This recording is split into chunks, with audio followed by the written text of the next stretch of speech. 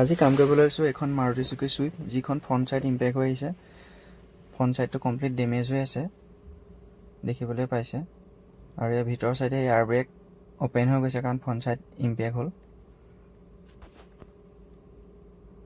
বাকী radiator কণ্ডেঞ্চাৰ bumper খোলাৰ পিছতহে গম পোৱা যাব।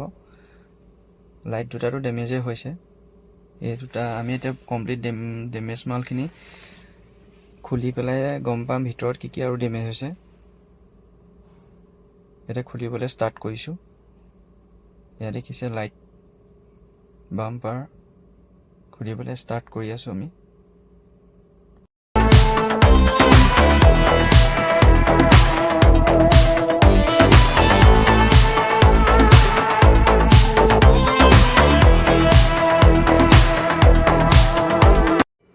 যিহেতু কণ্ডেঞ্চাৰটো ডেমেজ হৈ আছে, সেইটো কাৰণে আমি যিখিনি গেছ আছে এচিৰ, সেই কুলিং গেছখিনি আমাৰ ৰিকভাৰী কৰা হৈছে মেচিনৰ দ্বাৰা।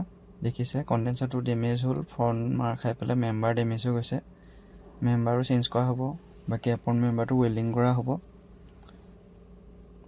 ইয়াৰ লেফ্ট ছাইডৰ ফেণ্ডাৰটো ডেণ্টিং হ'ব, অকণমান ডেমেজ হৈছে, এইটো ৰিপেয়াৰ হৈ যাব বা এইটো ৰিপেয়াৰত আহি যাব।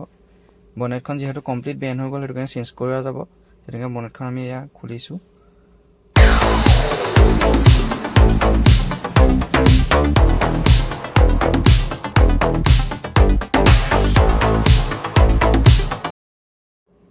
ফাইনেলি গাড়ীখন ছেটিং কৰি কমপ্লিট হ'ল। এতিয়া পেইণ্টিঙলৈ পঠিয়াম। এইখন পেইণ্টিঙৰ পৰা অহা ফাইনেল লুকটো। গাড়ীৰ কাম কেনেকুৱা হৈছে আপোনালোকে জনাব, ফিনিচিং কেনেকুৱা হৈছে। যদি ভাল হৈছে যোৰহাট আৰ ডি মটাৰ্ছ ভিজিট কৰিব, আৰু মোৰ ইউটিউব চেনেলটো ছাবস্ক্ৰাইব কৰিব, লাইক কৰিব ভিডিঅ'টো ভাল পালে যদি। Thank U.